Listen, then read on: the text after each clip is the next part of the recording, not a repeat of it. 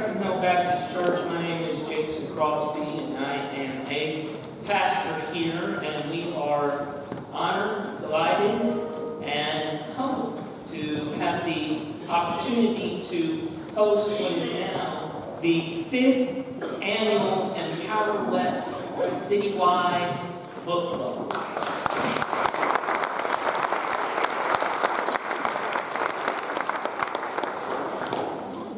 It is somewhat hard for me to believe, but almost 6 years ago now, the group that is now known as Empowerwest began meeting at Simmons College of Kentucky.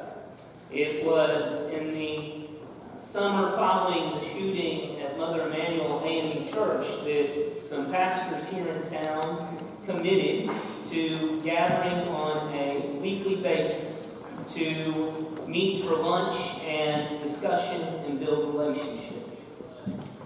Initially, but over time, we together engaged in study and learning from one another, and principally the white pastors among us spent time listening and doing our best to keep our mouths shut so that we might learn from our black brothers and sisters. One of the first books that we began studying and conversing about with one another was Stokely Carmichael's Black Power. A second book that we engaged in conversation about with one another was the first book that we read 5 years ago as part of the City Book Club, Edward Baptist's The Half Has Never Been Told. Since then, as part of the Citywide Book Club, we've welcomed Dr. Carol Anderson from Emory University to this place who talked about her book, White Rage. We've had Richard Rothstein, a legal scholar, who came and spoke with us about his book, The Color of Law. Last year, we had Erica Dunbar present with us. Erica is another historian who wrote a book entitled The Half Has Never Been Told. And this year, in our 5th year, we're grateful to have with us Mehrsa Baradaran, who will talk to us soon about her book, The Color of Money. This has been quite a journey for all of us who have gathered around the Empowerwest table. We have learned a great deal from one another as we have met over the course of these years. But this is one way in which we, on an annual basis, try to expand the table so that some of what we learn can be shared with the larger community. So in addition from hearing from our author tonight, we will hear responses from Nikki Robinson-Lanier, who is the head of the Louisville branch of the Federal Reserve Bank. We will hear from Antonio Moore and Yvette Carnell, who are significant and influential leaders in the American Descendants of Slaves movement for reparations in the United States. And we will hear closing remarks from Dr. Kevin Cosby. Again, thank you for being with us tonight. We're honored to have you present with us at Crescent Hill Baptist Church. At this time, we will hear a word of prayer offered, an invocation by Reverend Erica Whitaker, who is the pastor at Mutual Park Baptist Church. Erica? Let us unite our hearts in prayer. Most High, Creator of the cosmos, Maker of heaven and earth, love that stretches the vastness of galaxies and the narrowness of human hearts. You whisper and the world celebrates new life. You lift your voice and light illuminates darkness. You cry out and justice penetrates oppression. Speak now, Creator. Speak into this space. Speak so that our souls will ignite with new flames of faithfulness, flames that cannot be extinguished by the powers of apathy, complicity, and naivety. Wake us up from the deep slumber of empty sympathy that keeps giving all the power to the privileged, that keeps perpetuating racist policies by white supremacist politicians, that keeps segregating your beloved children based upon skin color. Open our eyes to see truth that goes beyond what our forefathers taught, our news media plots, or even our embedded religious thoughts. Open our ears to hear truth, truth that will shake our fear, stir our anger, and churn our guts. Truth left out of whitewashed containers called public textbooks, presidential speeches, and pastors' sermons. Lead us from death to light, from falsehood to truth. Lead us from despair to hope, from fear to trust. Lead us from hate to love, from war to peace. Let peace fill our hearts, our homes, our churches. Let hope fill our heads, our cities, and our countries. Let love fill our hands, our work, and our fight for justice. May we, your children, formed in the image of you, the Creator, become partners with your salvific work in our world. The work of salvation that lifts up the lowly, empowers the impoverished, and saves both villain and victim from the dehumanizing acts of racism. Creator, Most High, speak to us, awaken us, convict us, and lead us all into a new world full of justice, mercy, and above all, eternal love. Amen. Amen.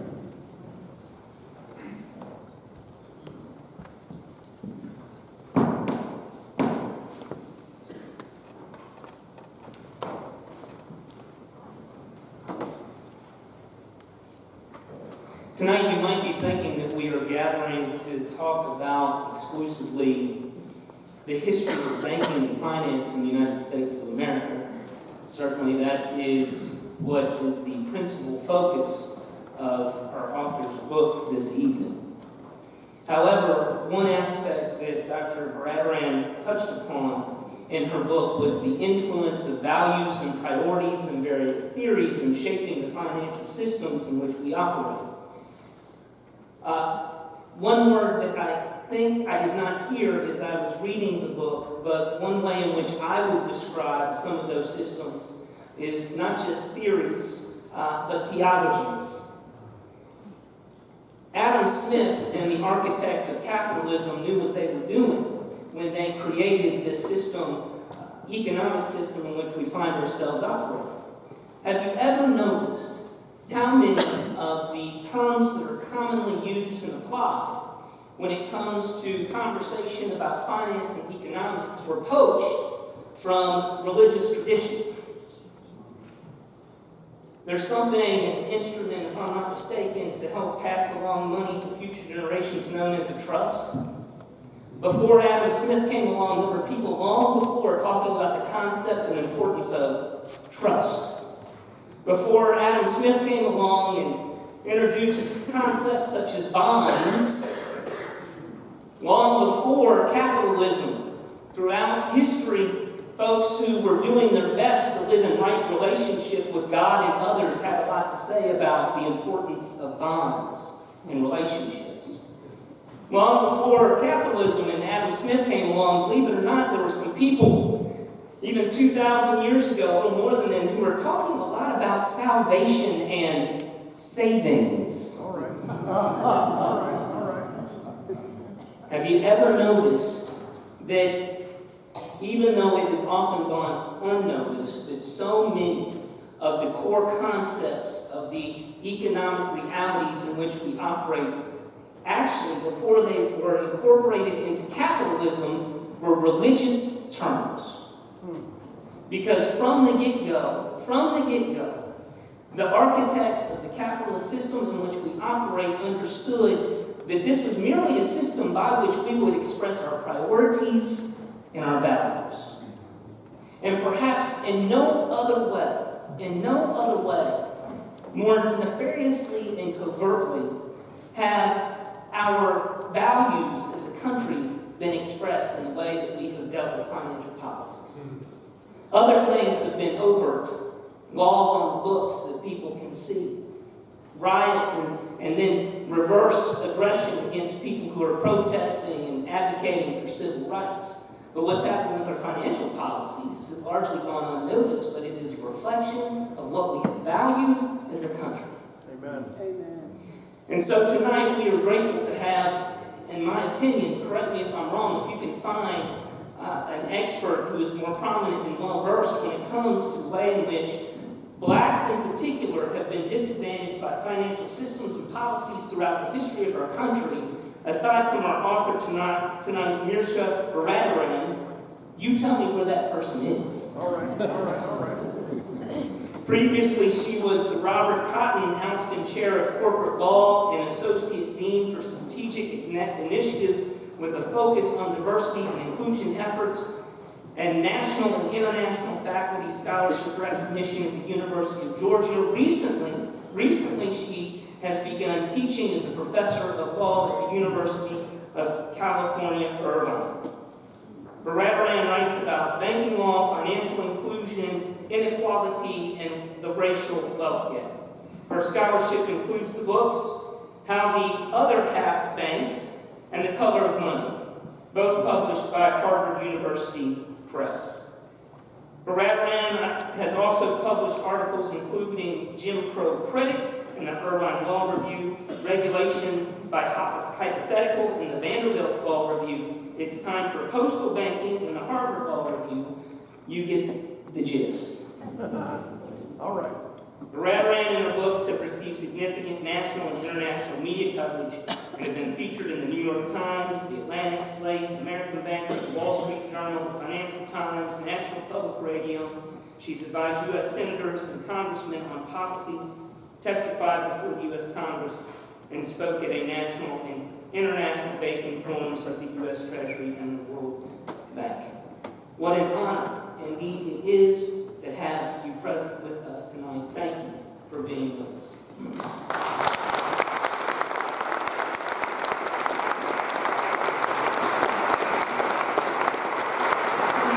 That was way overly generous. I love this. I actually grew up going to church every Sunday, and I have never heard the prayer and the sermon that we just heard. I've never heard white supremacy said from the pulpit. I've never heard capitalism discussed as you just did. I have been revived in my so thank you. This is amazing. Thank you. So I actually do want to talk about some of the myths of capitalism in a second. I usually don't talk about that, but because you brought it up. So I want to talk about the racial wealth gap and show some of the roles of credit policies, economic theories, and banks in creating and perpetuating it.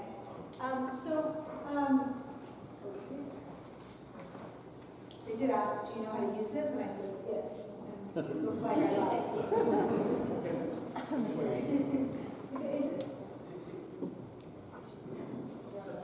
Oh, it's not.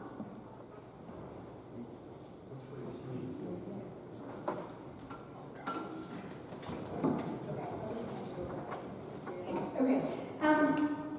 Basically, the stats I was going to put up are just how large the racial wealth gap is and how it doesn't close even with educational attainment and income, by the way. So we're talking about wealth gaps, not income gaps. And with higher income, the gap remains large. With graduate level degrees, college education, all of that, the gap is still massive. The other thing that I want to talk about is why the racial wealth gap hasn't abated over time. So in 1865, on the eve of emancipation, the black population had about 1% of the nation's wealth. That makes sense in 1865. Today, that number has barely budged, just around 1%. So to say that our public policy efforts to eradicate the racial wealth gap have been a total failure is an understatement. But I also want to make the case that it's the myths or the theologies that we tell ourselves about markets and capitalism that present the biggest obstacles to closing the racial wealth gap and achieving economic justice. For example, the premise of the free market capitalism, according to either Adam Smith or Karl Marx, or fan or opposed, is that markets aren't supposed to discriminate, right? Free markets offer opportunity to all according to their skills or what they produce to market, it shouldn't matter. The dollar is green and it doesn't bear color. Yet, of course, history reveals that in fact, markets do discriminate, or alternatively, that the American economy has never borne any resemblance to a free market. For most of our history, blacks have been excluded from occupations, schools, neighborhoods, and trades, and their property was not protected by law. In each historical moment, when wealth was being created, whether through the Homestead Act, the FHA mortgage credit, Black communities were shut out of wealth accumulation. Moreover, and this is the part that I think is underexplored a bit, is at certain pivot points in history. And I'm going to talk about Reconstruction and the Civil Rights era. And I worry that we're at another cusp right now, where there is a recognition that something has to be done, and the demands of justice are being heeded. Black communities and activist groups are pushing for real intervention, like capital, reparations. You see the rhetoric of free market capitalism used as a weapon to cut down some of these claims. Instead of real reform, Black communities have been offered self-help, segregated markets, banks, capitalism. In other words, leaders upholding the dominance of white institutions have promised that the market would fix the problems that have been created by law, backed by state violence. So in the quick history that follows, I want to demonstrate that insofar as the levers of power were held by whites, and the economy is based on racial subordination, markets would perpetually block Black capital accumulation.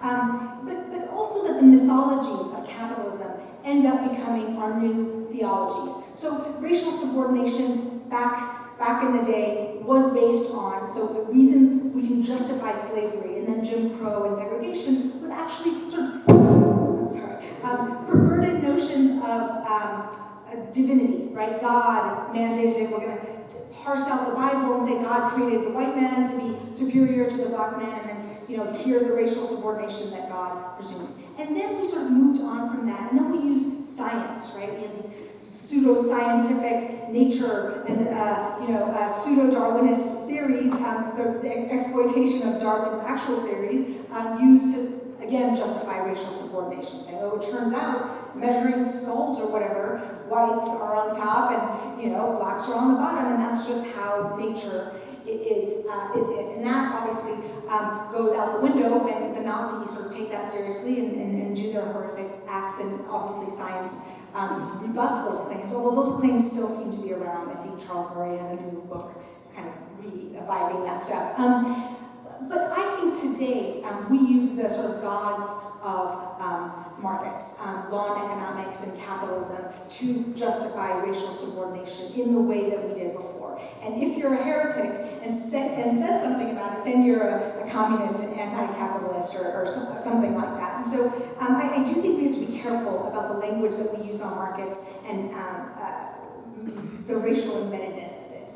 Okay, so I'm going to talk real quick about some of this history to show also that Black banks have a dual role here, right? So on one hand, they have been used by state power to cut down claims for justice, but they've also been used as a site of protest and boycott and community sort of activism. So I'll talk about Martin Luther King and other leaders who used Black banks as a way to protest white exploitation. And so you see this today in the Bank Black movement started, popularized by Killer Mike here in the Atlanta bank. That's Killer Mike and Usher. And so there is a new Black bank movement, and I'll talk a little bit about that thread as well. So now to Reconstruction. During Reconstruction, right, the freedmen were expected to make the transition from being capital to being capitalists. And freedmen and their abolitionist allies demanded, as a form of reparations, and as punishment, of course, for the treasonous sort of Confederates, land. Right? Without land, they reasoned, freedom and justice would be meaningless, and participation in capitalism would be a farce. President Andrew Johnson vetoed the land grant in the Freedmen's Bill, except one provision, which I'll talk about. And he said that freedmen would be protected by free markets and contract law, that they would just bargain for fair wages and buy their own land, right? This was unbelievably naive or incredibly cynical. The Southern economy was nothing like a free market. Whites refused to sell property to Blacks. Southern legislators, lawyers, and judges drafted laws governing every aspect of Black labor. They restricted Blacks from skilled trades. Vagrancy laws were prevalent. Wages were capped by law and by cabal between employers, and violations led to convict labor without due process. By the end of Reconstruction, most freedmen were left landless, voteless, and with practically every profession blocked to them. Their only choice was to grow cotton. Of course, that was the whole point. The worldwide cotton market was heavily dependent on cheap and abundant cotton from the United States. So this is not just a Southern economy. This is a Northern industrial economy. This is a Liverpool economy. This is a worldwide cotton sector that demanded a certain price on cotton. So in order to have cotton exports, the freedmen had to grow it. And for that to happen, they could not be landowners. America could not go the way of Haiti, where after independence, the former slaves refused to grow sugar and output halted. And that scared the sugar traders, because when you have your own land, you grow subsistence crops. You grow food to feed your family, you diversify, you don't grow debt crops, right? W. Du Bois called cotton a debt crop. Sugar was a debt crop. If everyone is growing cotton or sugar, as the case may be, the prices go down and everyone's stuck in perpetual debt.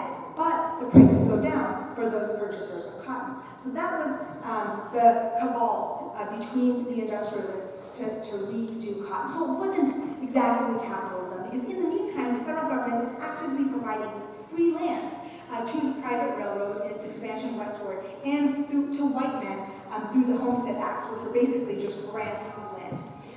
Blacks were denied land, therefore, not because the government was constrained by laissez-faire economics, but because Andrew Jackson explained that America was and should remain a white man's government.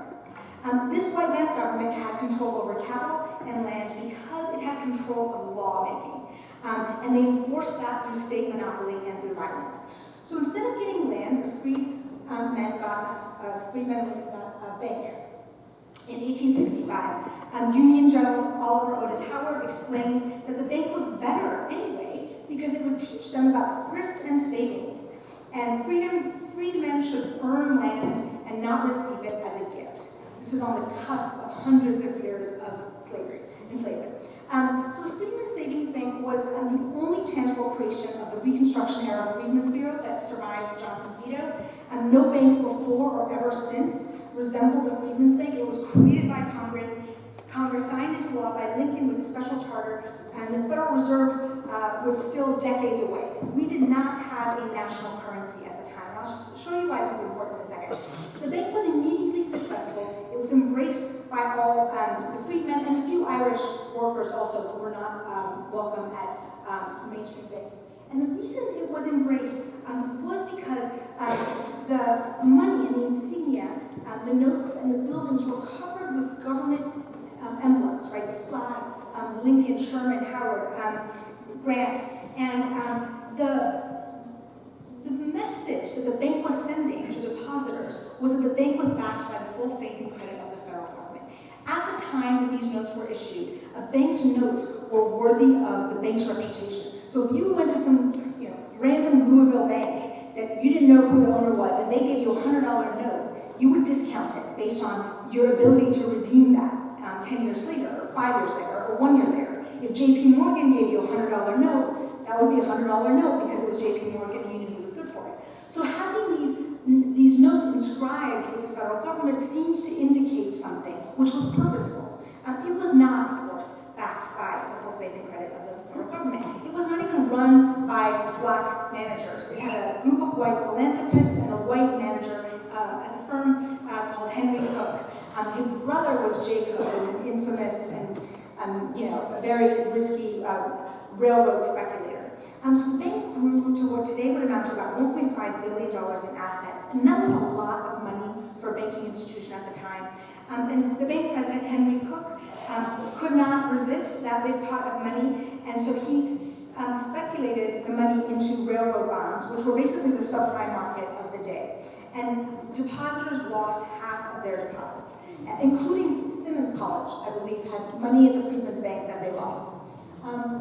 W.E. Du Bois said not even 10 additional years of slavery could have done so much to throttle the thrift of the freedmen as the mismanagement and bankruptcy of the Freedmen's Bank chartered by the nation for their special aid.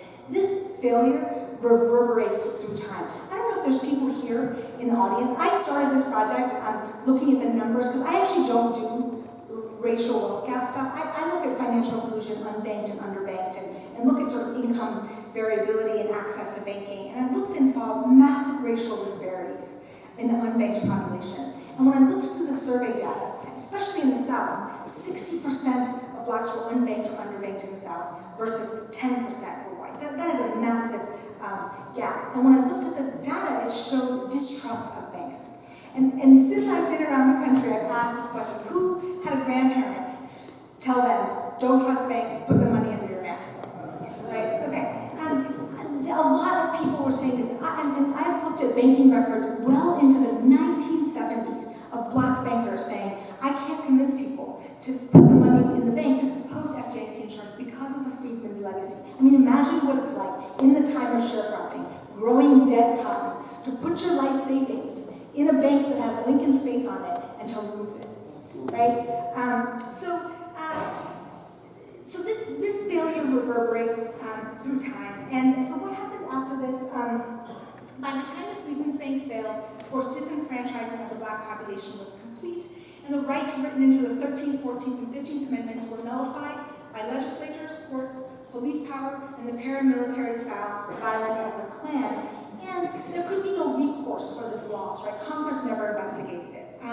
So in a series of decisions between 1873 and 1898, the Supreme Court actually even weakened further the rights given to black citizens. And what Chief Justice, I didn't put his name down in my notes, sorry. He says, it's time for freedmen, this is in 1875, it's time for freedmen to stop being the special favorite of the laws and the outcome. So the 14th Amendment was used more to defend corporations against state power from that time on than it was to use black men against the police power of the southern courts.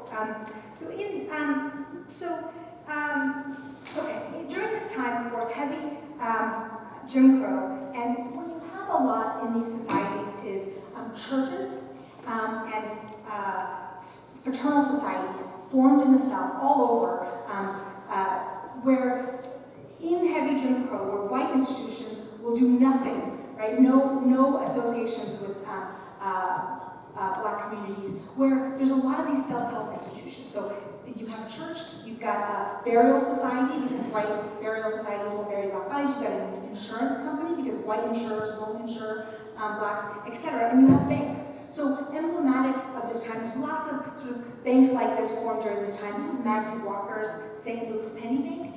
She was the first woman of any race to start a bank. She was the first black banker to be inducted into the Virginia Bankers Association. And her bank is one of a handful of black banks that survives the Great Depression. She actually merges several banks into her bank and saves them. And actually her bank survives until the financial crisis of 2008. Not her, she has long passed, but her bank did survive. But you know, these are self-help institutions. They're not meant for wealth building. They're just meant to protect money from white sort of mobs. And this is a lot of what these bankers dealt with also, is they had to hide their money, and there was several thefts during this time. Okay, so then you have the Great Migration from 1910 upwards until 1940, where millions of black sort of farmers escaping the South and also being drawn into the North come to northern cities. And of course, they're met there with segregation. And this is the heyday of black banking, where you've got lots of people living in these communities, earning wages and creating banks. So I tell several stories. Let me start with the Binga Bank. Binga is a famous Chicago banker, makes his money in real estate. And what's happening during this time with banking, if there was ever a time for a segregated banking sector to work, it would have been between 1910 and 1930, because you have almost perfect segregation, perfect as in complete, right? All black people live in the black area, and white people are living. They called integration sort of the few months between when the first black family moved into the block and the last white family left.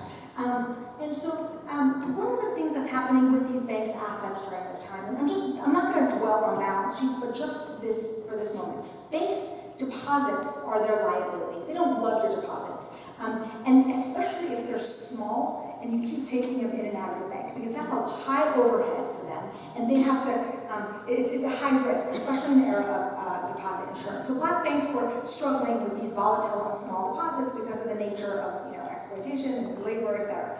But their assets were the interesting part. So black banks lent on black mortgages. And what was happening with mortgages is that the first black families that would buy into a block paid a premium to be on that block. And as soon as it became a black block, and all it took was 4 or 5 families, the housing prices would tank. Okay? And so the next few families that came in would suffer from low housing prices, and then all the white people would leave. So this was a very much economic coded racism, right? And so when you have these "we want white neighbors only," it was driven obviously by racism, but it was also about protecting their home prices, right? And that's why you have racial covenants and HOAs, and any real estate neighborhood group you see basically just goes back to protecting the white nature of the neighborhood. Unfortunately, it is still the case that black properties don't increase in value. It is not as drastic as it was then, but it is still the case that we have racially coded neighborhoods. We can talk more about this later. Okay, so then the New Deal sort of makes these racial codes explicit. Between 1933 and 1970, banking completely changes. What the New Deal does is it sort of insures banks on both sides. Deposits now have FDIC insurance, loans have the FHA. You've had Richard Rothstein here, so he talks a little bit about redlining, but basically what the FHA does is it guarantees the mortgage through a federal government insurance program. So if you're a bank, you can issue a mortgage as so long as it meets a certain numerical, values, and it's in a certain to a certain type of person that meets whatever standard they set. They will guarantee it. So if that person defaults, the FHA will cover it. So banks were literally printing money during this time. There are no risks in banking. I talk about 363 banking when I talk about it to my class. So 3% on deposits mandated by law, 6% on loans mandated by law. So you get a guaranteed 3% spread, and you're on the golf course by 3 p.m. Because there's nothing to do. You're just printing money. And so hundreds and thousands of banks are created during this time, and they're peddling these very safe mortgages. Here's the thing. The government, so the FHA lenders and risk map makers, went around the country and coded every neighborhood according to risk. So now we have FICO scores and things like that. This is early FICO scores. There weren't algorithms or data. They just walked around the neighborhood and made the scores. And here's an emblematic one. You can't really see this. This is really small. Sometimes I can get it to be big. But that neighborhood right there, anyone from Atlanta? Morehouse Spelman, do you know where that neighborhood is? Okay, so that is the Morehouse Spelman neighborhood. Arguably, I'm sure someone will argue with me, but it's one of the most prominent black neighborhoods in the country, if not definitely in Georgia, right?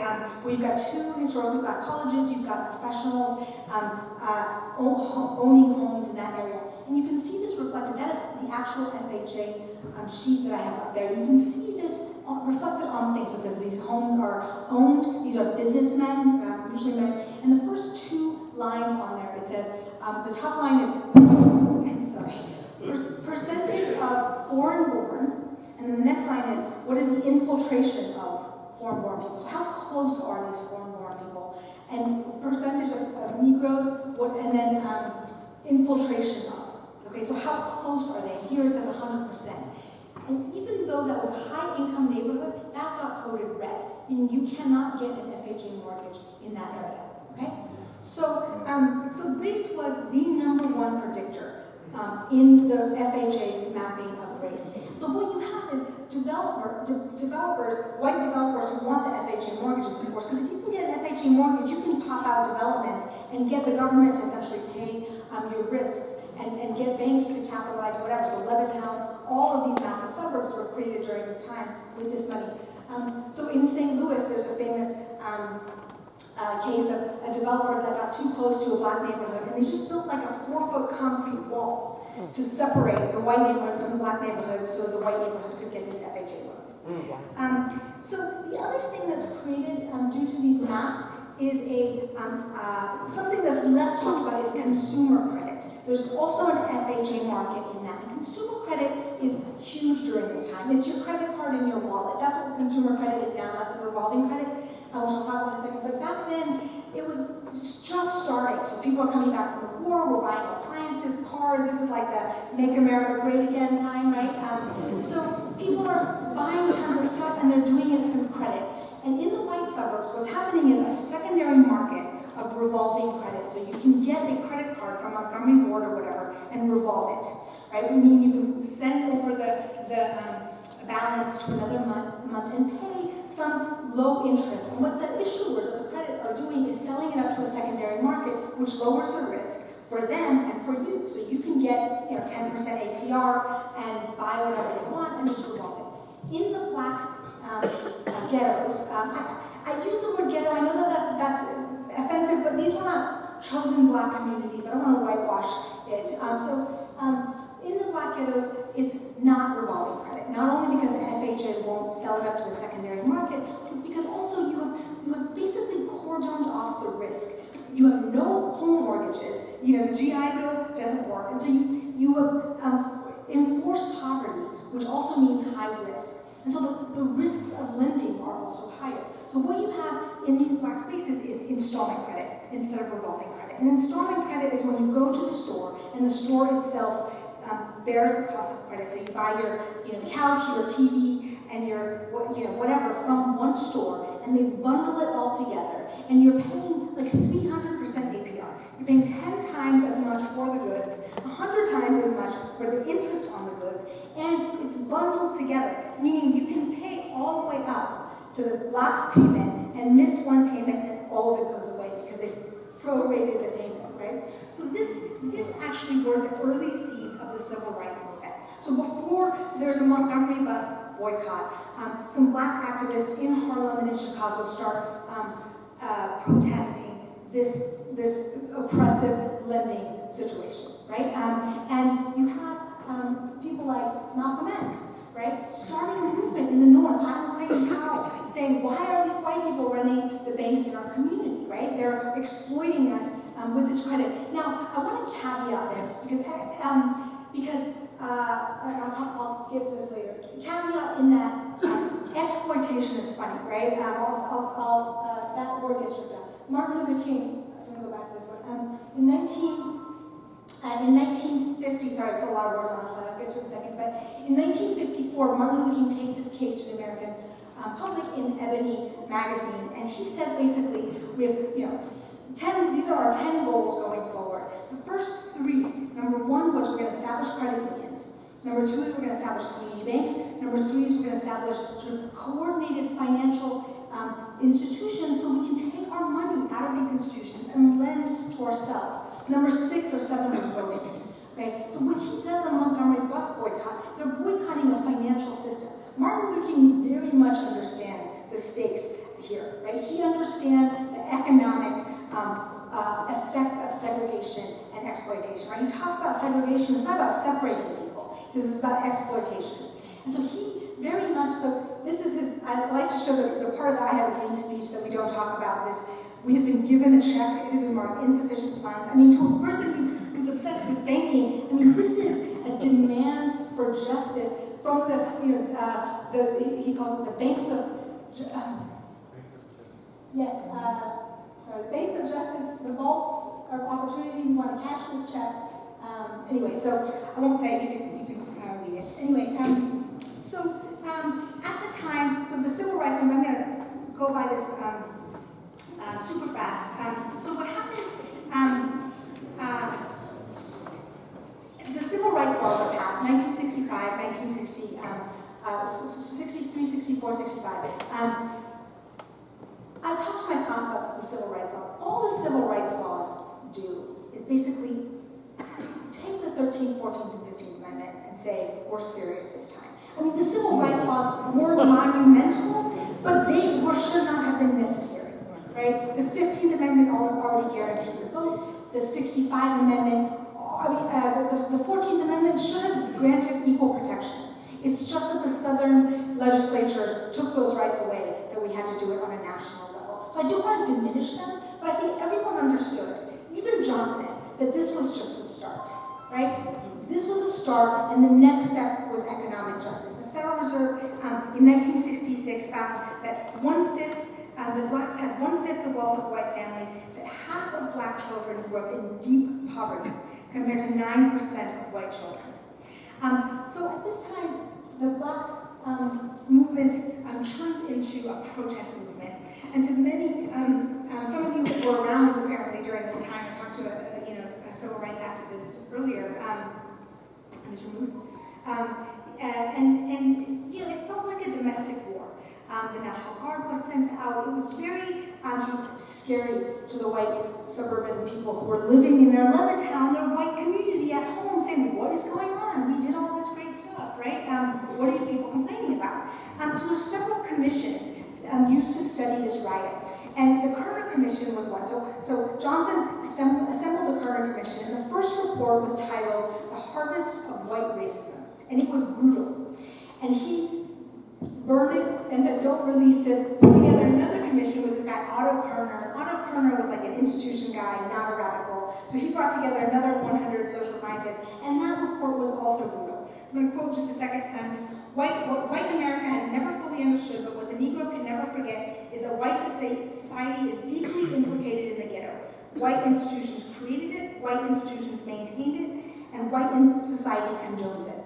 Okay? So he's saying this is the harvest. Right? This deep poverty, this injustice and frustration is a creation of white society.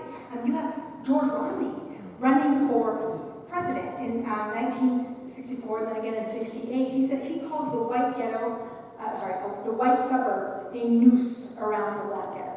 Right? So he's, very sort of committed guy. I'll get back to him in a second. So there's also 2 large hearings in the Senate Banking Committee on these riots, because what they find, and this is supported by the congressional reports, the FTC, and some academics who studied it, is that the rioters, it's not random property destruction, they're targeting the lenders.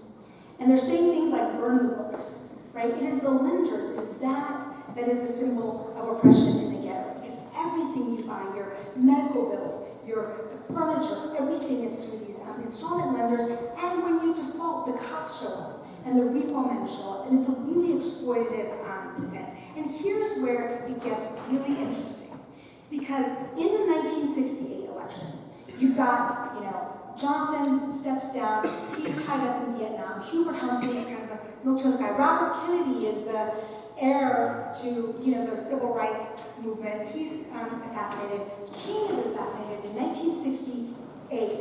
Johnson waits 4 days until after his death, pushes the last bit of his civil rights plan, which is the Fair Housing Act, into Congress, and he waits for a stunned nation, pushes this thing, and in the Fair Housing Act, it says that Congress and the institutions like HUD that he created is mandated to affirmatively further the cause of fair housing. So you can do it through reparations, or you can do it through integration.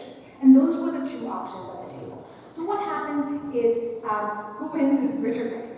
What Richard Nixon does is he takes the language of the Black Power movement, and he says, look, the Black Power groups are asking for reparations, and some of the SNCC and other coalition like Robert Kennedy is doing integration plans, George Romney is pushing for integration plans.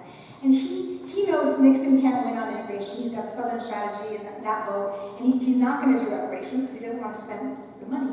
And so he pushes Black Power through Black capitalism. And so I spent time in the Nixon archives, and this is where you see what we talk about right now with economic theories was built during this time. And my theory is that it was meant to cut down the civil rights demands for economic justice. All of our talk about free markets, I think, was hedged during that fight. So Alan Greenspan writes Nixon, and they call it the urban crisis. The urban crisis is on top of everyone's mind, and he says, look, the way you counter this is to say it's capitalism. Because those lenders, they're not exploiting, because it costs more to lend into the ghetto. And you know what? Alan Greenspan is right. 95% of the costs of installment lenders are just that it's harder to lend. It's not that these are vampires or vultures. It's just it costs more. when the default is higher and when you don't have these government programs to take off the risk of your loans, right? It just costs more to lend. You don't have these subsidies. So he says use capitalism. And that is where you've got Lee Atwater saying, look, you can't use the N-word anymore. You can't do the George Wallace segregation. We're going to say things like tax cuts and forced busing, and that's when the language shifts. So Nixon creates, this is his ad, which I usually show, but I'm going to skip it. So he talks about black capitalism. We need entrepreneurs in the ghetto. We need businesses in the ghetto. He says, his last line, it's time to move past the old civil rights. So in the archives, the first draft of this said, forget civil rights. Okay? Someone crossed over that and put, it's time to move beyond civil rights. Okay? And then they put, it's time to move past the old civil rights. Right? There's a whole other memo where he says, I'm going to lay off this Negro crap. Okay? That's the message that the Nixon White House was making. And it was very much done through subtle phrasing of the word. So we talk about law and order, Nixon sort of like dog whistle and law and order. Black capitalism is this other dog whistle. And the reason why we don't talk about it anymore because it shifted over time. So what Nixon does is he creates programs like affirmative action, right? Affirmative action, nobody lobbied for affirmative action, right? We're talking about like real capital programs that were up, like money. And he says, okay, we're just going to ask a bunch of businesses to hire some blacks. So affirmative action, he creates the OMBE, the Office of Minority Business Enterprise, which turns into the business and banking enterprise. He gives deposits from the Treasury to black banks and black businesses. And one of the people who actually understands what this is Andrew Brimmer, the first African-American Fed chairman who Johnson had appointed.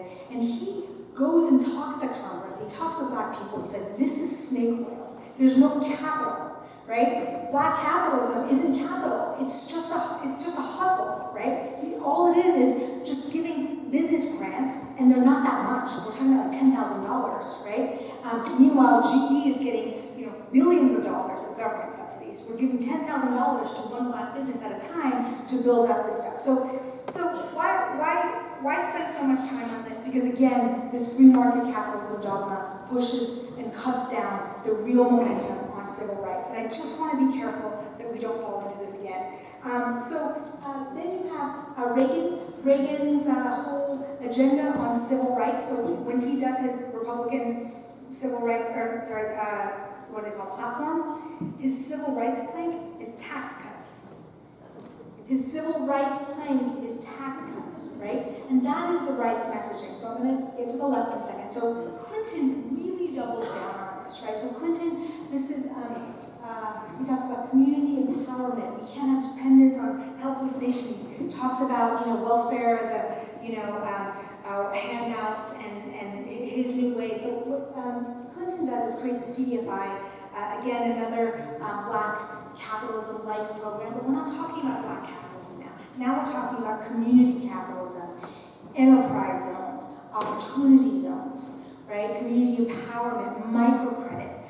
And this is the hedge. And even during the Clinton administration, now even the watered-down programs are now called reverse racism, right? So the Supreme Court takes down affirmative action and says, you're discriminating against white. Affirmative action was like the watered down thing that comes out of the Nixon administration. Now we're fighting that. And yet we still have this system, right? So this is Bill Clinton talking about that. I'll skip past this, Donald Trump. Obama, sorry, nobody gets to come out of this scot-free, right? Obama's administration named the wing of the Treasury the Freedmen's Bank, and I was there for the unveiling, and they were like, the Freedmen's Bank is this great example of, how the government has helped, black communities, and I'm just like, has anyone studied the Freedmen's Bank, right? During another event I went to during the Treasury, the head of Black Enterprise asked Obama's Treasury Secretary, Jack Lew, after Whitaker, he says, tell me about the racial wealth gap. And Jack Lew says, sometimes you just, got to skip the morning latte in the magazine and save your money and buy a house. I know what it's like. So, that was the message. Sorry, I miss the man like every day, but it has to be said.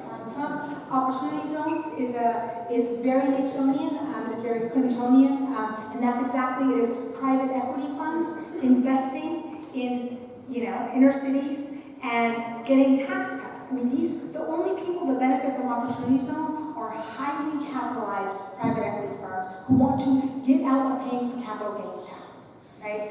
This is not for the community. The community gets no equity. So again, I'm going to end because I think I've made the point. We need to shed. Just one last point. Instead of capital, right? What we did is send into the ghetto entrepreneurs. We said it's going to be a win-win. Clinton promised that these entrepreneurs were going to come in and it was going to be double profits, right? Profits for the entrepreneurs, profit for the ghettos. And they actually did. The entrepreneurs did come, and it was through subprime credit. And when that market blew up, 53% of the wealth of Black families was stripped in one single event. Congressman Brad Miller called it an extinction-level event for the Black community. And when we talk about economic recovery, that has never been recovered. Black banks went from being, hundreds to 20 Black banks were barely hanging on as Wall Street got trillions of dollars in aid and help.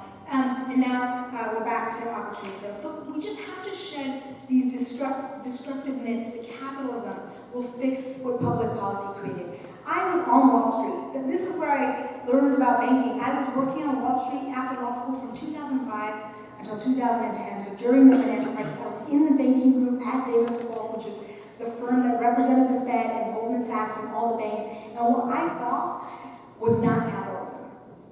That was the Fed pumping trillions of dollars, unmeasured as it gets, $7 trillion, creating entities to suck up these bad assets instead of helping homeowners. That was not capitalism. And we saved the banks and they're back to record profits and the stock market is soaring and these banks didn't skip a beat.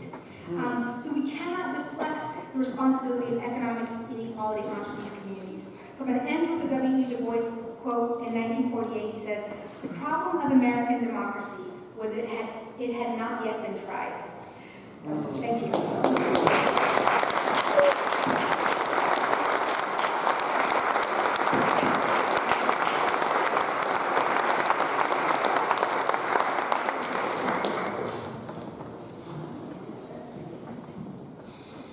Yes, I know I skipped Daryl, who will, before we conclude tonight, I think, encourage our spirits with songs. So just know that we will hear from Daryl Adams before the night is out.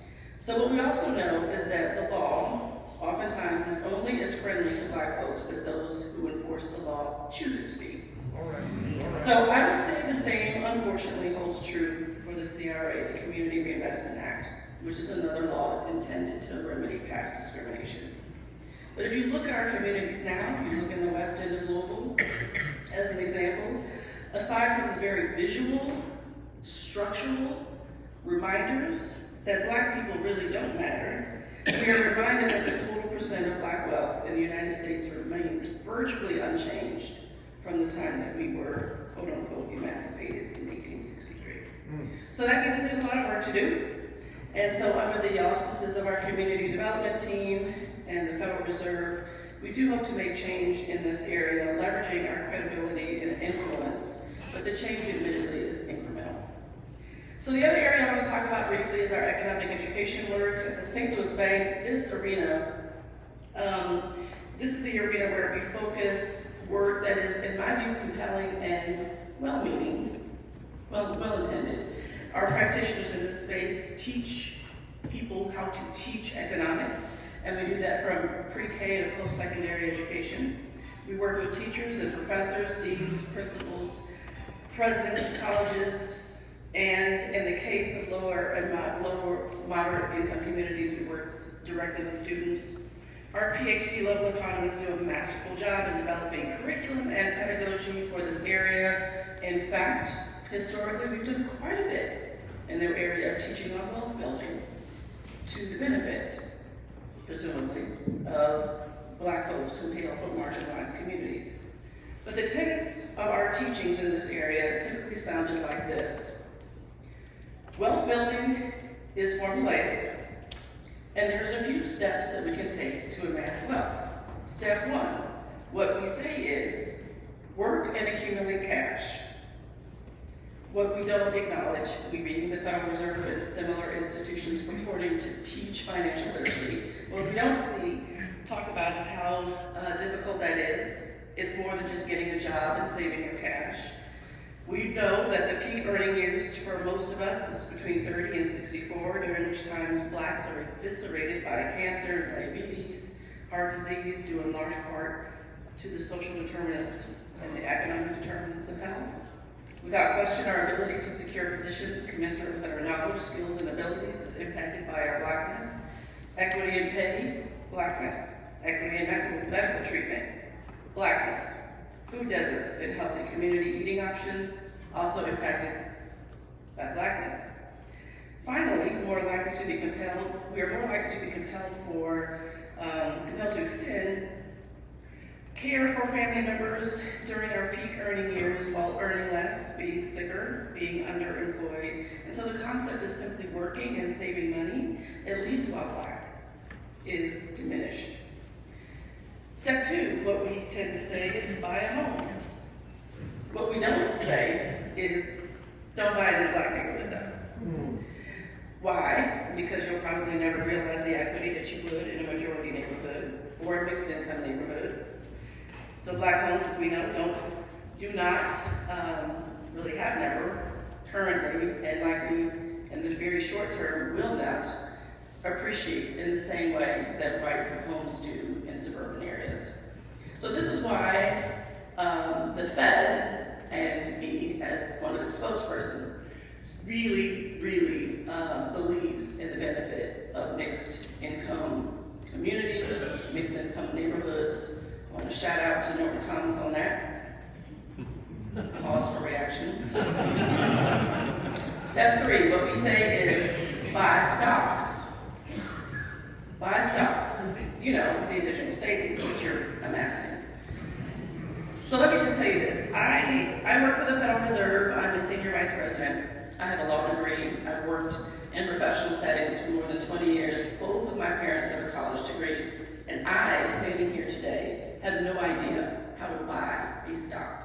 I'm not saying that because I'm proud of it. I'm just saying it because I want to be transparent. I have to seek help, but this is what I want to do. And I think about how do I invest even the little that I have. I have to seek help outside of my own community. And so in doing so, I have the access and I have the wherewithal, and I know folks who can help me unearth these kinds of opportunities, but that is not the case for most people who look like me. So what do the rest of us do? Investing is daunting for anybody, and especially for folks that have been shut out of the process historically. So this further exacerbates the wealth gap. Step 4, and this is my favorite, inherit wealth.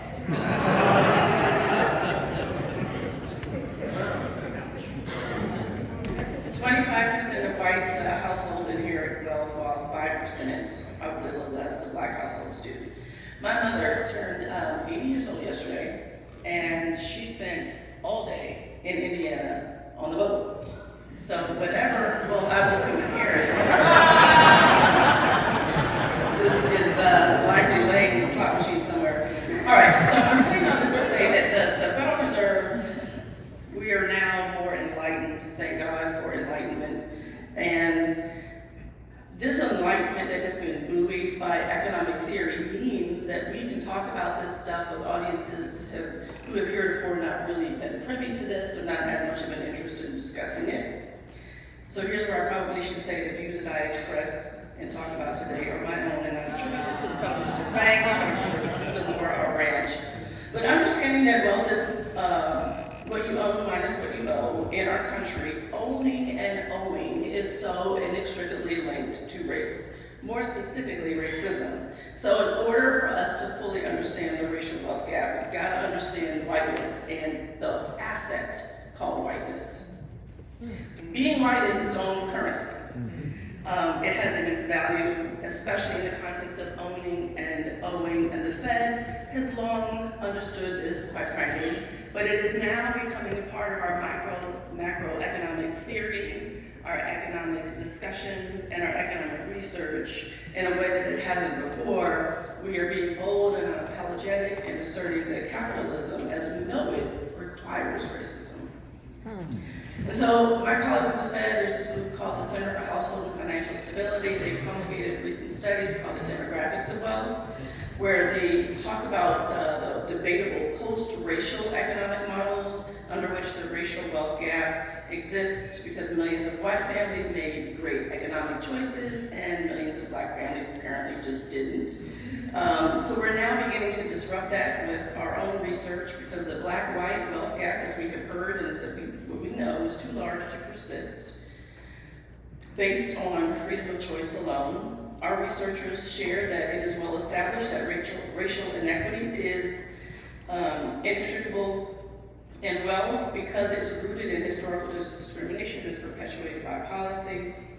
As I shared last year, I don't know if any of you participated in the Louisville Urban League State of Black Louisville. They actually just had another session, but last year the Fed contributed. And I talked about the issue of banking relationships and wealth gaps and shared that it's less about the choices that we have and the choices we make and more about the choices that we have. Yes. So standing here, leading the local Fed, it's important for me at work, at home, Kroger, Target, where else do I frequent?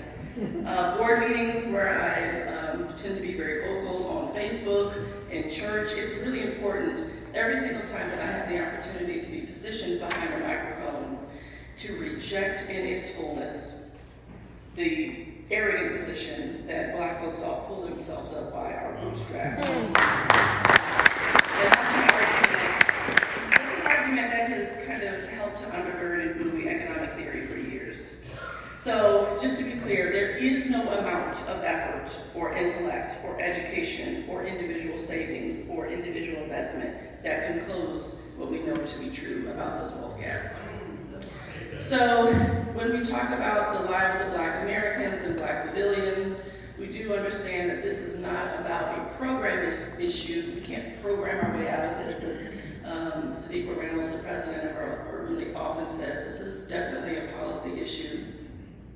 So you might remember that a while ago I started my talk, as I wrapped up, I started my talk talking about how much I love my job, and I do, because my role in the Fed is to be the face of the Fed, to serve as a conduit for our goods and services, to demystify the work of the Fed, and to demonstrate our usefulness and accountability to you, the residents of this country.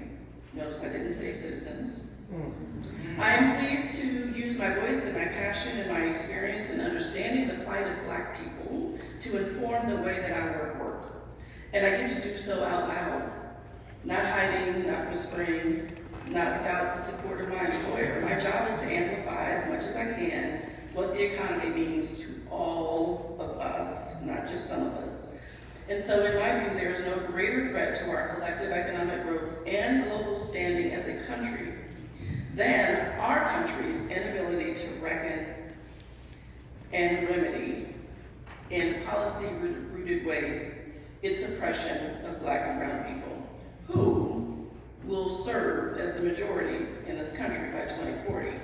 So when we consider economic drivers like productivity and output, employee engagement, workforce development, the efficacy of our education systems, wage gaps, wage growth, small business development, and so many other realities that underpin our economy, every single one of those has been historically and currently impacted by race. So this is not a social justice issue, it's an economic one. And in this wonderful prolific work that we've just heard, in this regard, what's now illuminated to us regarding these facts, the historical context around banking and the relationship that Blacks have in playing in the economy, all of this understanding is wonderful and has been brilliantly presented, and it is now our responsibility to make tomorrow different than today because we were here. Thank you.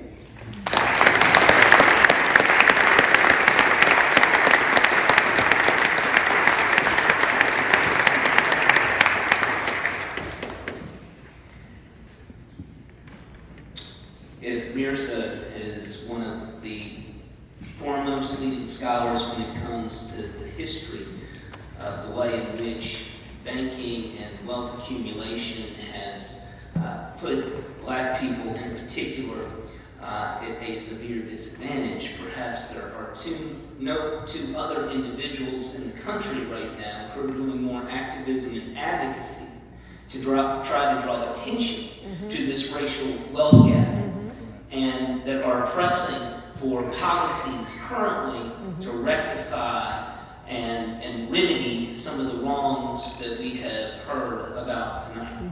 First, we have Antonio Moore, an attorney based in Los Angeles, California. We also have Yvette Carnell coming to us from Atlanta, Georgia, formerly worked with the Obama administration. No. Just keep going. Okay. We have Yvette Carnell. Strike that from the record, please. We have Yvette Carnell, and the two of them together are traveling the country. They are busy on social media promoting and advocating for American descendants of slaves, ADOS. And they are shedding light on the specific justice claims unique to that group and the way in which this wealth gap in particular has affected folks who are members of that group. And so, Antonio, Yvette, come offer a response, please.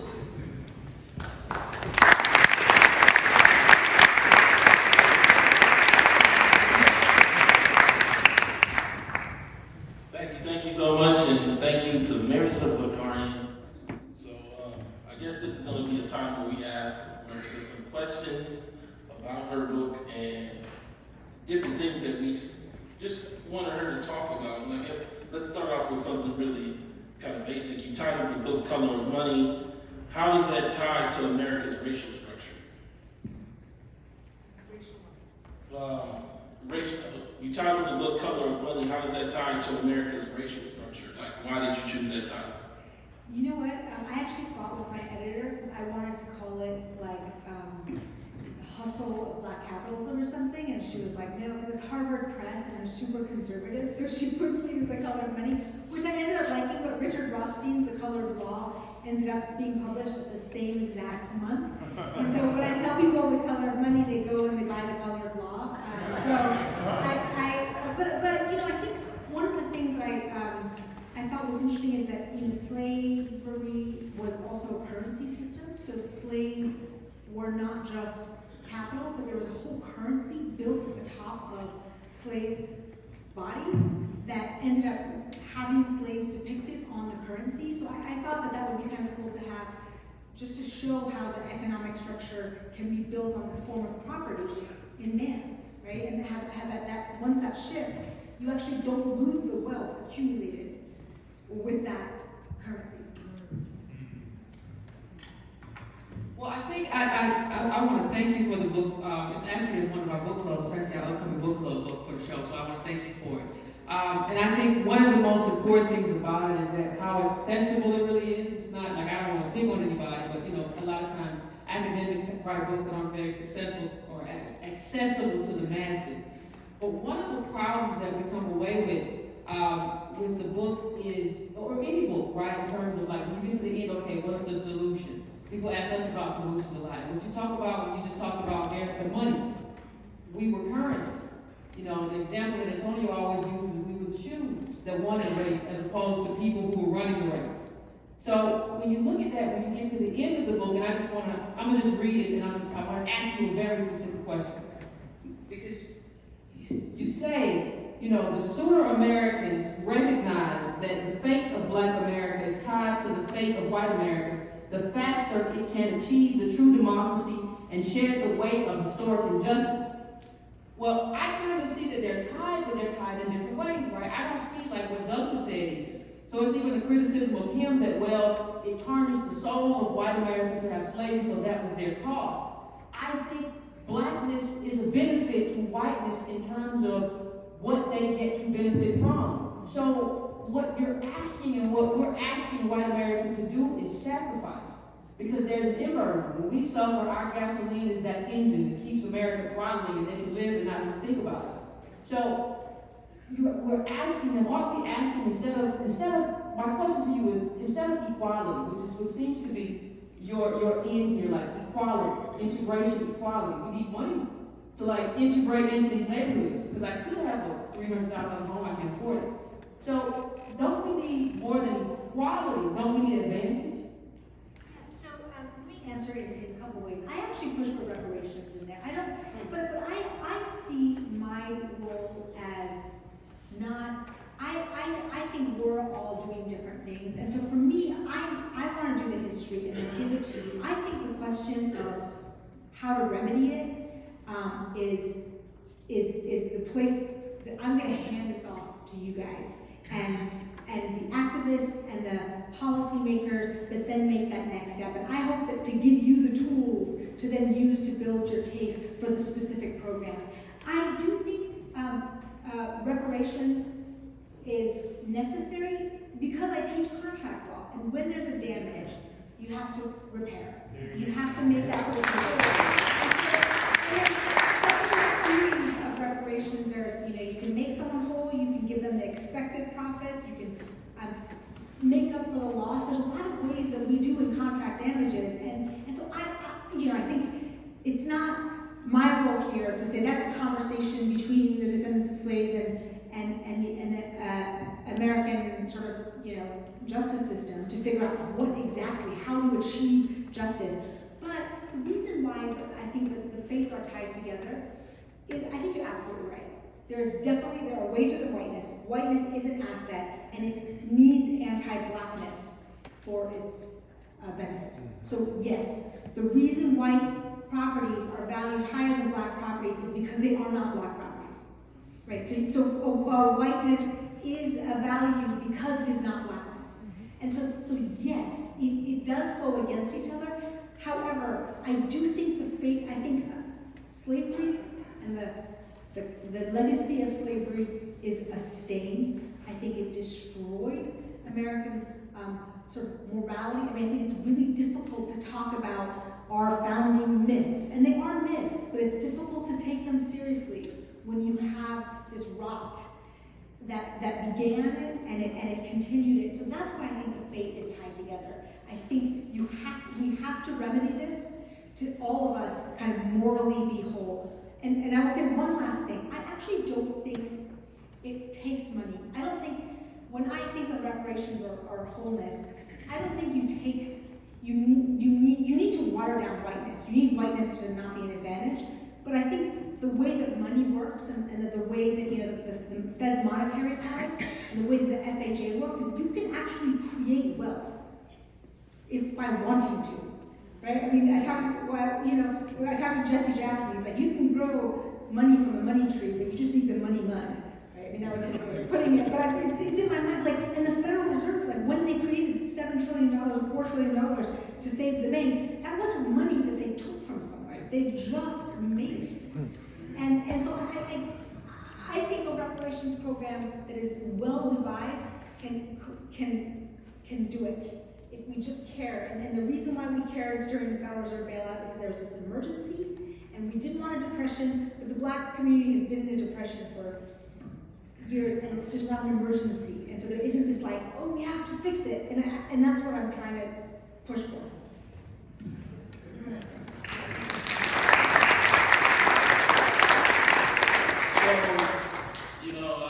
The national reparations discussion in part started here in Louisville. It started with Empowerwest and with Angela Project and Dr. Kevin Cosby. I myself interviewed Marianne Williamson several times and discussed reparations while she had talked about it before, but she hadn't talked about it in the context of myself, William Garrity, the kind of nuance that we were talking about. I think for my next question, we really have to understand that were reparations given, particularly if you were to look at it over the Obama era, it was just given to white folk. So when we look at Obama's tenure, we go from 4 to 5 millionaires to about 12 million. It was done through boosting the stock market. White retirement accounts went up. We went from, I think, about $60 or $70 trillion of household wealth to about 100. That whole gap went to white homes. So now as I ask that, as I state that to kind of give a framework, because we do see this giving of money that only expanded the gap, I guess I start to look at this, and this is the question: has the phantasm of black banking and black business created a cyclical crutch that avoids race and black politics, whereby blacks give themselves the advantages of white oppression to make it work? So we have Washington saying, if only our institutions were bigger. I think he says that on page 51 of the book. If only our institutions were bigger. Well, if only I were white, of course you could bank and have black banking.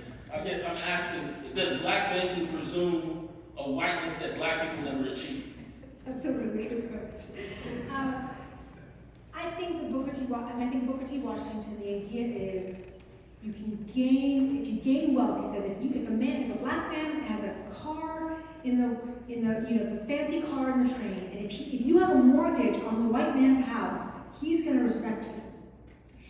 And I think what ends up happening is what happened in Greenwood, in Tulsa, right? Is when you have a mortgage on the white man's house, they're going to come and burn down your Wall Street. Mm-hmm. They will use violence, and that is the history. And so I think it is a bit naive to say, if you have wealth, you will gain respect. And I think Booker T. Washington's plan, and I do respect a lot of what he said. I'm not, but I think it's a very hopeful view of white supremacy, that it will end up respecting you. It's not based on economic power. And so I think the idea here is you can gain economic power, then gain respect, then gain political power. And what I'm trying to convince people who read the book is that you need political power before you can have economic power. Because you have these giveaways to, like you said, I mean, the banks got the bailout because the banks were at the table. And the homeowners didn't get the bailout. You could have done it both ways. You can go to the black communities and make them whole, or you can go to the banks and make them whole, right? So who's at the table? Who has the political power? It's the banks. I mean, J.P. Morgan in reserves. You talk about reserves. J.P. Morgan gets paid in interest on reserves. It's just a thing that banks do, that the Fed does in monetary policy. I think it's like $9 billion a year just to J.P. Morgan interest on reserves. Money isn't real at that level. It's not. It's just a balance sheet item between the Fed and J.P. Morgan. But money is real for people who have one job and not enough money, to pay the bills. And so I think that's where we go screwy. Is you need political power, and that's why I think what you're doing in pushing that agenda is important, to not get sidelined by promises that black banking or capital or this stuff is getting issued in. Yes. But let me ask you another question. One of the things that you said that was very important to me, you talked about engines of wealth, like a bank being an engine of wealth, and like us not having access to those engines of what creates wealth. And I don't think people think about that enough in terms of what these engines are. It's not just you and your individual self going to create something, it's the engine of wealth. But I think about that when I think about the Freedmen's Bureau becoming a Freedmen's Bank and getting looted, because even with that, like a lot of people would say, well, if the bank can only survive, yeah, we got looted and that's horrible. But that bank was never created to be an engine of wealth, number one. That's what you said in the book, which was very interesting. The second very interesting part about that, there's something that you said, well, the legacy of the Freedmen's Bank being looted and how that still impacts African Americans today. Well, there's a second part of that too. That it's not just the legacy of the Freedmen's Bank, it's also the legacy of seeing that happen again. When you look at the subprime mortgage, right, and look at black people who got loans at the same rate as people with poor credit, but they had good credit, and how we were targeted even in that. And so you see like this cyclical thing that keeps happening where they just reinvent ways to kind of pollute us. So just in terms of, you talk about contract law, in terms of reparations, like just some thoughts in terms of, we always think of reparations as money in terms of wealth and not just income, in terms of closing that racial wealth gap. But just some thoughts from you in terms of what the types of, not just wealth, but protections from that sort of thing. These are all excellent questions. So, one of the things she said, nobody ever gained wealth from saving money. That is not how you gain wealth, not generationally, not personally. And that is not to say that you personally should save your money and do your 401k. I'm not giving personal advice. I'm talking about structurally. Banks make money. They're engines of money making. They do it through the money multiplier effect. They do it through fractional reserve lending. When you give them your deposits, they lend. And that's how money is created, through bank loans and through credit that builds wealth. So you can do it through your house, raising money. You can get it through your parents, right? So you can save enough money for a down payment to buy some rich parents. That's the best way, I think, to get it. You get a house that increases, stock market, all of that stuff. But usually, historically, it's through these government credit programs. So the GI Bill, FHA loans, Homestead Acts. So you can create wealth, but it's not just a check. Put this in the money and then the interest will go. The way inflation works, the way the banking works. So what are the engines? I mean, credit, not subprime credit, low-cost credit that is wealth building. And there's a million ways to do this. I don't want to paper over this because step 1 credit, step 3 wealth, but step 2 doesn't matter. I mean, it doesn't, there are a million ways to do this. We know how to do it. We do it for the banks. We did it during the FHA. Just do it now. It is not brain surgery. It's literally just the way that the Fed kind of structures. It's a balance sheet thing. And so I think those are the mechanisms. We're not talking about writing a check. I think it has to involve, and CORE, CORE, Congress of Racial Equity, had a development bank program where they just talked about building a treasury in the ghetto, right? And sort of floating it with treasury bonds, where the bank would just lend at low interest and just create wealth in the inner city. And the reason why that was different from entrepreneur zones is that there was real money. So each one would be funded with $10 billion of treasury bonds. That's real money, and that didn't get passed, obviously. So this is going to be the last question. I'm just going to frame it by saying the largest black bank in America today is One United, and I believe their assets are about $645 million. Liabilities about $640 million. This is in a world where Bezos is worth over $100 billion and Bloomberg is worth $60 billion or more. So I asked you, when we look back at your book and the Freedmen's Bank and the fact that it wasn't doing lending, it was just collecting monies and holding monies, which in effect, by that definition, doesn't make it a bank. When we look closer at black banking and the theft from Freedmen's Bank, was black banking a perfected form of white theft? Gathering the results of labor from thousands in one place to be pillaged? So I think no, because I think that people one, there was a lot of naivety and people who didn't understand finance, and 2, the history of black banking actually showed a lot of black activists and civil rights leaders who started a bank to protect their community from subprime credit. So you actually do have banks like Maggie Walker's bank, like the Carver Bank in Harlem, when it was owned by the Reverend Morris, saying we are here, we're going to protect these deposits and not lend to subprime loans. So I think banks have been used as a site of protest also. I think the Freedmen's Bank was a cynical venture. I don't think it ended up being theft. I don't think it was intended as such, but I could be naive. And like you said earlier, Yvette, the trauma of exploitation over and over and over again does do something psychologically. And so I don't begin to understand that, and I can understand if that's your interpretation of it. To me, it just seems like a white board of directors who just washed their hands of it, a racist president who wanted nothing done, and put in this one thing because who cares, and then a white manager who actually stole money to his rich people. Well, we also, just one thing just to add. Also, we look at it in context of peonage at the time. You have to be honest that it was expensive to have a slave. So now you have a system where the slave actually cares for himself, puts all of his labor into this bank, and when it's collected in the thousands, you can just take it.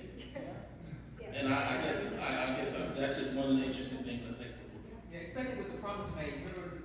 One of the best parts of the book was how they put the bracelet with the Lincoln and the flag, and they made it look like this was the bad part. And that was purposeful. That was purposeful. Yes, you're right.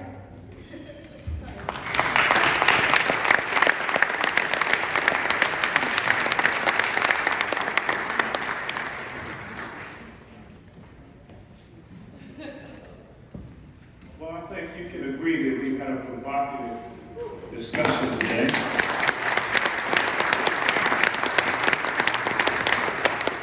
And I'd like to thank our guests, and I'd like to thank you and Crescent Hill Baptist Church for hosting this for us.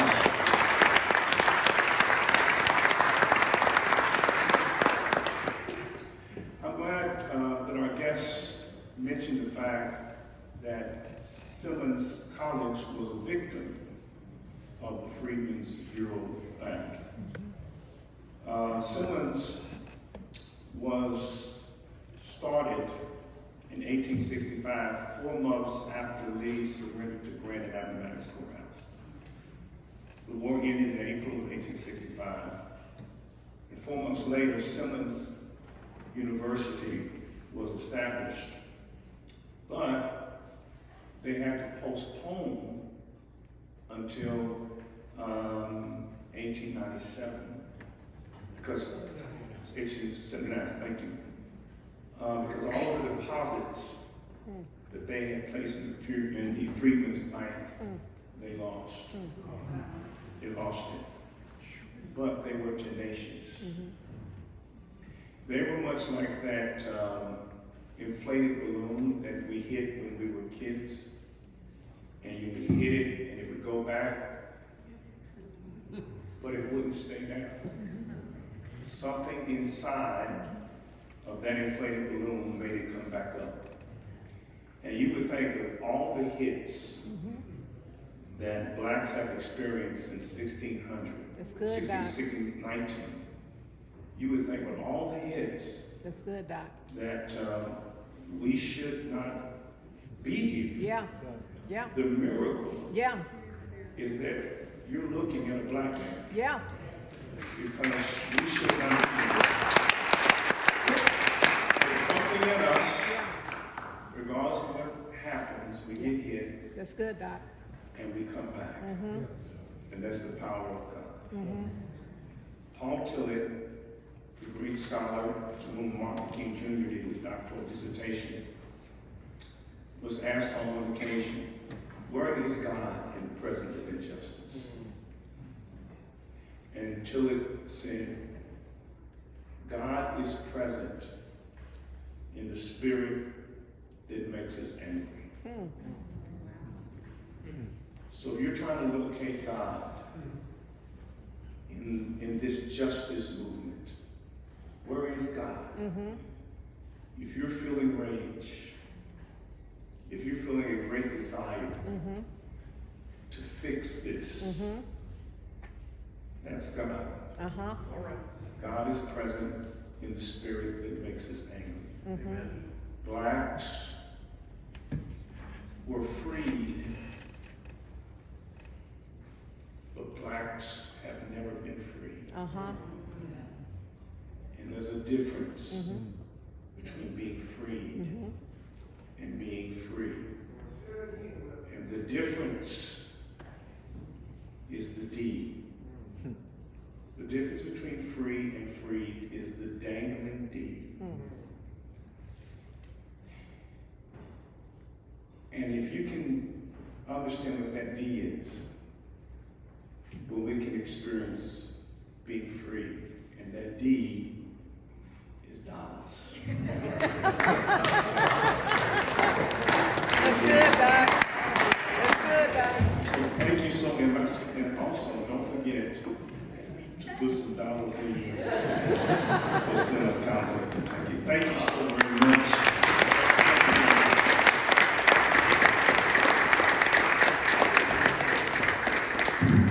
This would not happen if it weren't for the collaboration and the leadership that is often offered by Simmons. And And so, Doc, I just want to underscore and reiterate that last gesture that you made. Contribute. As we've talked about tonight, the D, the dollars, is the outstanding issue. And while there are many routes that we can take, I know of one route that we can take tonight. In terms of transference of wealth that has been taken from black communities and moved to white communities, one thing that we can do is help with our own pocketbooks to reverse that transfer that has occurred. And one way that you can do it, according to so many academics, is by supporting HBCUs. 50% of teachers attended HBCUs, black teachers. 50% of black teachers attended HBCUs. We have a crisis in our public schools in Jefferson County. We don't have enough black public teachers. How do we reverse that as white people? You support your HBCU. So that was a soft pitch, Doc. I wanted to come on a little strong. That was surprisingly soft for you. A couple of other things before we depart. First of all, join us in the fellowship hall. At the conclusion of our time here, the fellowship hall is out this door, down the stairs. Books are for sale. There are refreshments that are available. We have a lot to talk about. I know it's getting into the night, but let's keep the party going. Join us there. Wednesday, March the 4th. Every first Wednesday of each month at St. Stephen, there is an event that is held called the West Louisville Forum. And each Wednesday at noon, first Wednesday of the month, important issues concerning West Louisville and Black America in general are addressed. Affordable housing will be addressed at the West Louisville Forum on March the 4th, noon, in the Family Life Center at St. Stephen's. Sunday night, y'all just keep it going. Sunday night, 6 o'clock, in the sanctuary at St. Stephen, the orchestra, the Louisville Orchestra, Teddy Abrams, along with the St. Stephen Combined Choir, will be performing. And guess what? It's free. All right. Under one condition. You put some money in one of those envelopes. That's a little bit about what's ahead. Also later in the month, just came together today. On May the 26th, a new film that's coming out starring Samuel L. Jackson entitled The Banker, about a black banker. That will be coming out on the Apple streaming. But that's going to be shown in the St. Stephen Sanctuary. That'll be March the 26th. Real quickly, last thing, show of hands. Would folks be interested if we were to organize a gathering sometime in March and having further conversation, perhaps in a smaller group, about some of what we've talked about tonight? Show of hands. You don't have to raise your hand, but that gives us a good feel for things. Okay.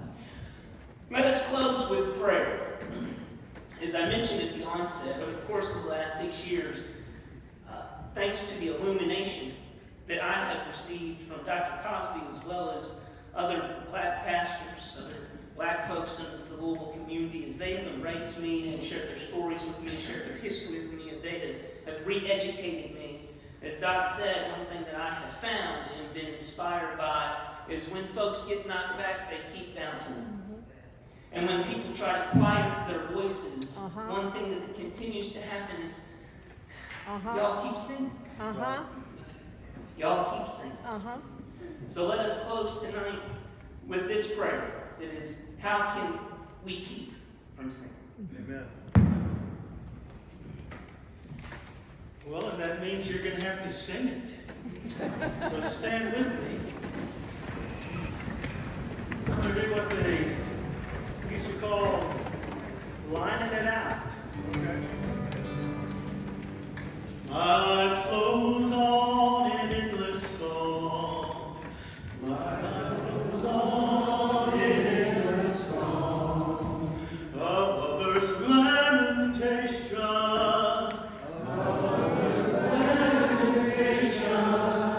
I hear the real, though far off hymn. I hear the real, though far off. new creation. That is a new creation. Above the tumult and the strife. Above the tumult and the strife. I hear its music ringing.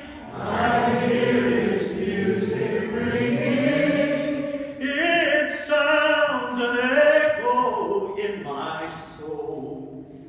It sounds an echo in my soul. How can I keep from singing? How can I keep from singing? What though the tempest round me roar? What though the tempest round me roar? I know the truth it liveth. I know the truth it liveth. What though the darkness round me close? What though the darkness round me close? Songs in the night it give us. Songs in the night it give us. No storm can shake my inmost calm. No storm can shake my inmost calm. When to that rock I'm clinging. When to that rock I'm clinging. Since love is Lord over heaven and earth. Since love is Lord over heaven and earth. How can I keep from singing? How can I keep from singing? When tyrants tremble sick with fear. When tyrants tremble sick with fear. And hear their death knell ringing. And hear their death knell ringing. When friends rejoice both far and near. When friends rejoice both far and near. How can I keep from singing? How can I keep from singing? In prison cell and dungeon vile. In prison cell and dungeon vile. Our thoughts to them are winging. Our thoughts to them are winging. When friends by shame are undefiled. When friends by shame are undefiled. How can I keep from singing? We need faith. We need to use our faith. Clarence Jordan translated much of the New Testament from the Greek into the Southern vernacular.